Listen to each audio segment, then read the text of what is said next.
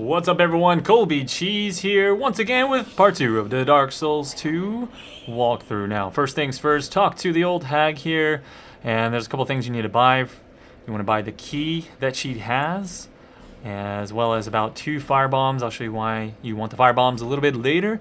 If you do in sorceries or miracles, go ahead and grab the corresponding miracle or sorcery that you need. That's pretty much it for now. Also, if you're not using arrows, you might want to pick up a couple of throwing daggers. Those are kind of nice to have as well. And after that, just exhaust all of the dialogue from her until she just keeps repeating herself.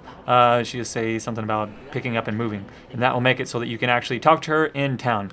Now we're going to head up this direction. Now, this door is actually locked, but if you attack it, you can break the door down. And this is good to do because this will be your, I believe, second Estus Flask Shard that you can pick up, and that's very nice to have for the recovery, of course.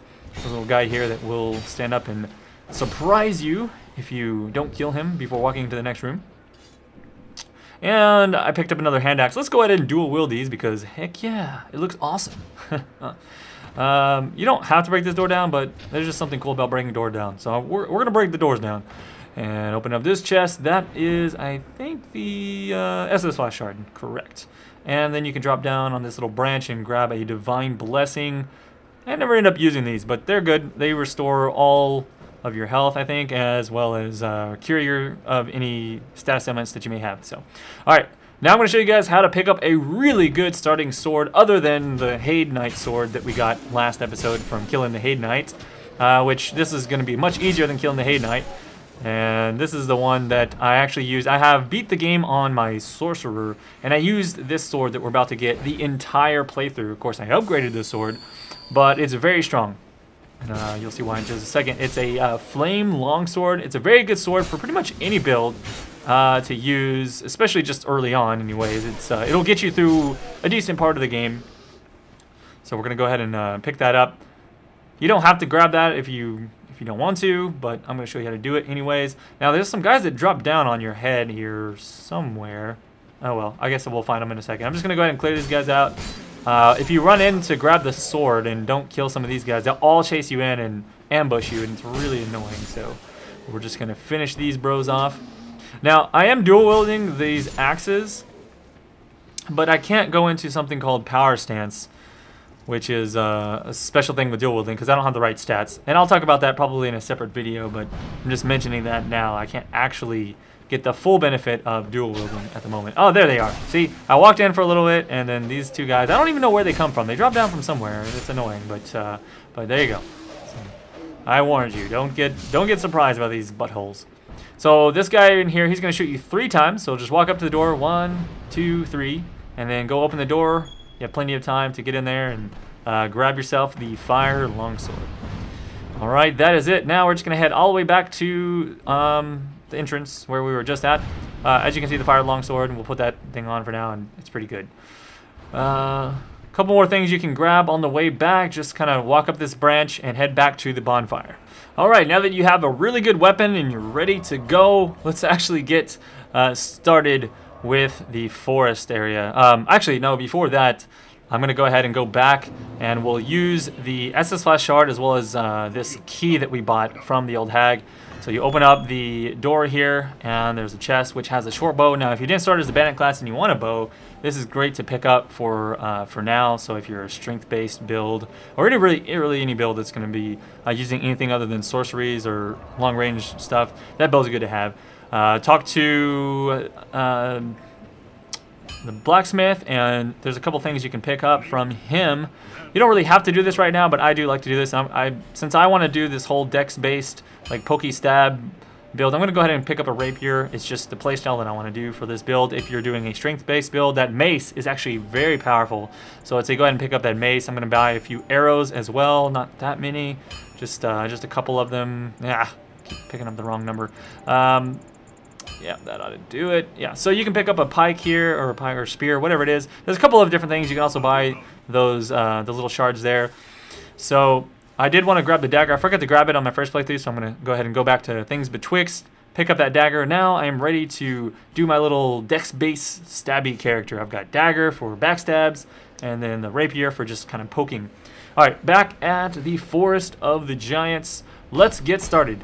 Finally, after all that little prep work. So you should have a couple of items, or I should say weapons now, that will get you through this first part of the game. We're just going to run around and loot some stuff. Bam! There's the backstab. Yeah. Gotta love those backstabs. The backstabbing of the game, the thing to keep in mind with backstabbing, you can't backstab if you're like holding down your block. You have to make sure that you're not moving and you're right behind them. It's a little bit difficult to get the hang of backstabbing, but eventually you'll find that sweet spot. And every enemy does also tend to be a little bit different, but you know, you'll get there. In any case, as we come out and enter this area with all the little branches, it's good that you actually go through this area, because we're at the end of this here. We're gonna get a key that opens up a house that's back in Majula, which you may have already found if you're kind of messing around. And within that house is another SS Flash shard, as well as some other cool stuff. So we're just gonna clear out all of these baddies here. Oh, is he gonna get? Oh man, he just turned around and gave me a free backstab. Look at that, 450 damage. So the reason the dagger does so much backstab damage is because it has a, I think it's like a crit.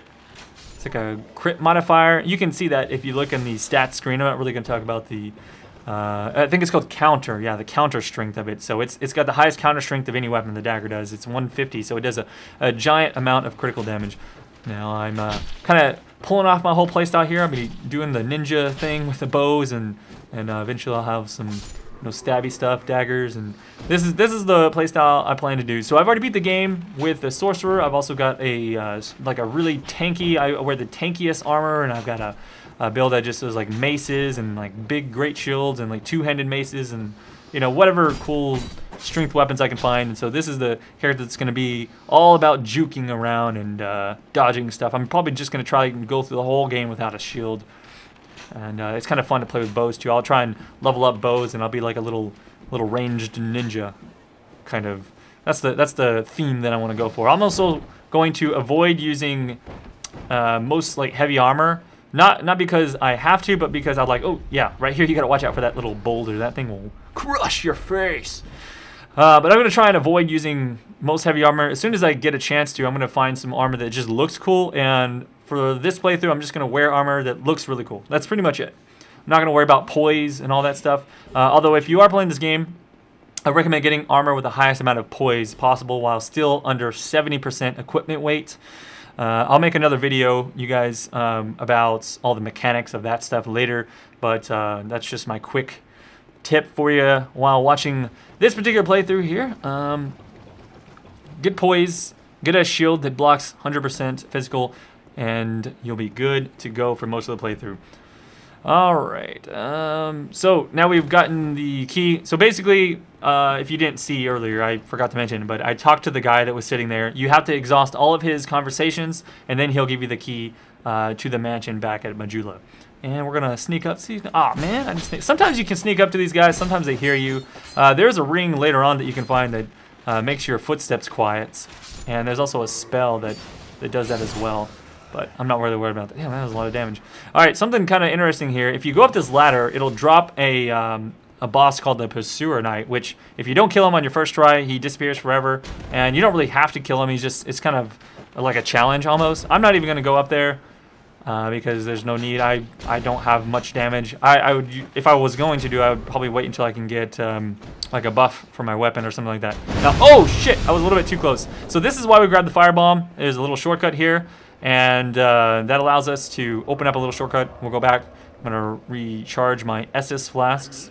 Now, if I want to, I can actually go back to town and buy, or not buy, but go back to that mansion and get the SS flash shard. But for now, I'm just going to skip that. We'll go back to it later.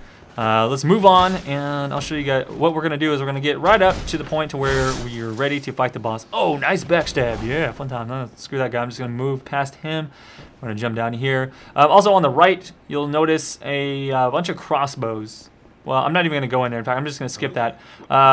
We'll come back to the area on the right and the area on the left later. But for now, talk to this guy. This guy is mild-mannered Pate. If you walk in this area, the gate will close behind you, and if you die, then you can't come back in here without like jumping over the top. I mean, it's not a big deal, but the main thing is you need to come in here, have the gate close, and you're gonna get an item from Pate once you get back to him. And the item is the white sign soapstone. It's very important for co-op play, and I think it's just good to have. So it's very important that you come through here and do this zone.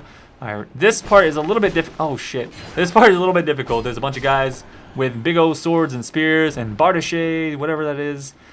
Polearm, pretty tough. So just kind of play it safe, do a little bit of oh crap. Alright, there we go. And I just need to hit him one more time. Come on, come on, come on. Oh man, I'm stuck in the corner here. This might be bad.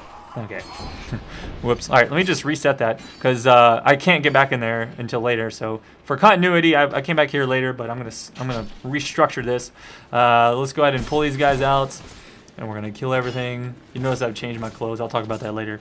There we go. Stab, stab. Oh, there we go. Give them the backhand. If you give them a backhand while they're blocking, then it leaves them open for a couple of attacks.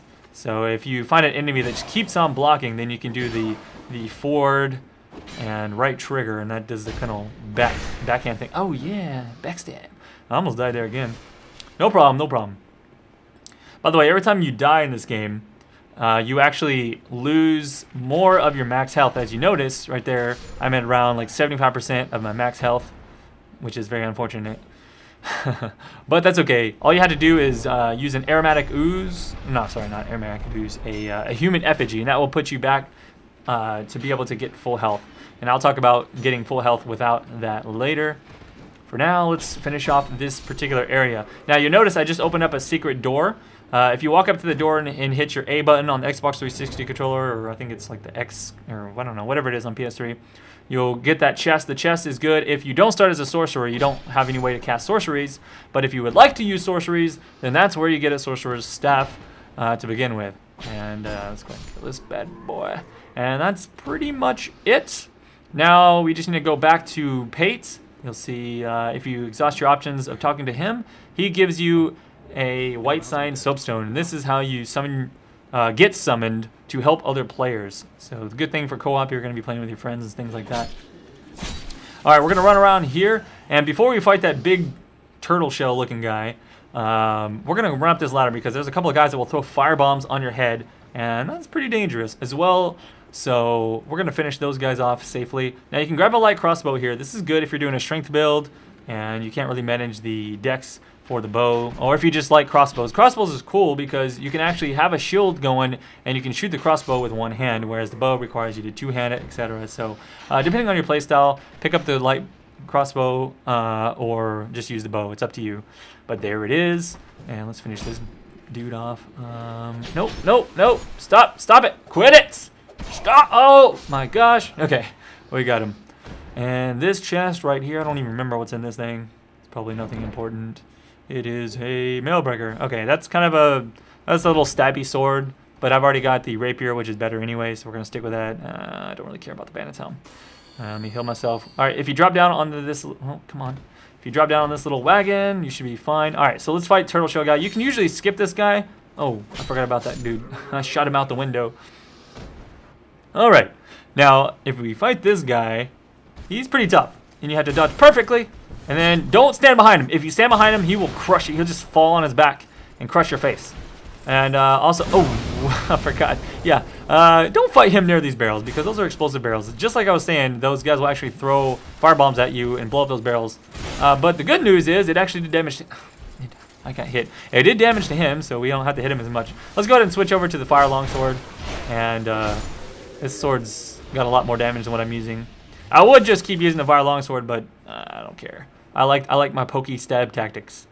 Now over here, these guys are really annoying and tough. So I've died to these guys a few times, but we're gonna go ahead and stabby stab poke them. Main thing is they usually have about 3 swings with the spear. If you can wait for them to start their stab animation and wait for that third attack, you can go back in there and you get a couple pokes off. Oh, there's that. So the best thing to do when fighting most of these enemies is wait for them to attack and then run in for your counterattack. Bam! Backstab. I love backstab. It just feels so good to get a backstab off and see that big number pop up. So, all right, this little guy's gonna stand up. And we're gonna finish him off.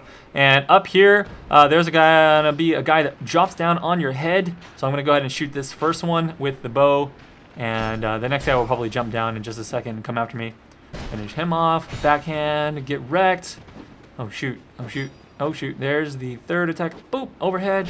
And stab, stab, poke, poke. He's dead. All right, so if you go up this this particular sword thing here, god damn it, die! I've died to those guys so many times. You probably will too if you're new in the game. Anyways, come up here. This is a really good weapon. If you're gonna be doing lots of strength and dex, that halberd, it's really nice. It takes a little bit of practice to get used to it, and it has like a sweet spot where it does more damage right on the tip. But overall, it's a great weapon to use once you get the stats to actually use it. But that's pretty much it for this this section of the walkthrough, because now we are ready to fight the first boss of the game. If you guys enjoyed this walkthrough and you're ready to see more, make sure you subscribe, because that is awesome. And I want to see you back on the channel. Yes, I mean you. Anyways, thank you guys. I'm Copley Cheese. Peace out.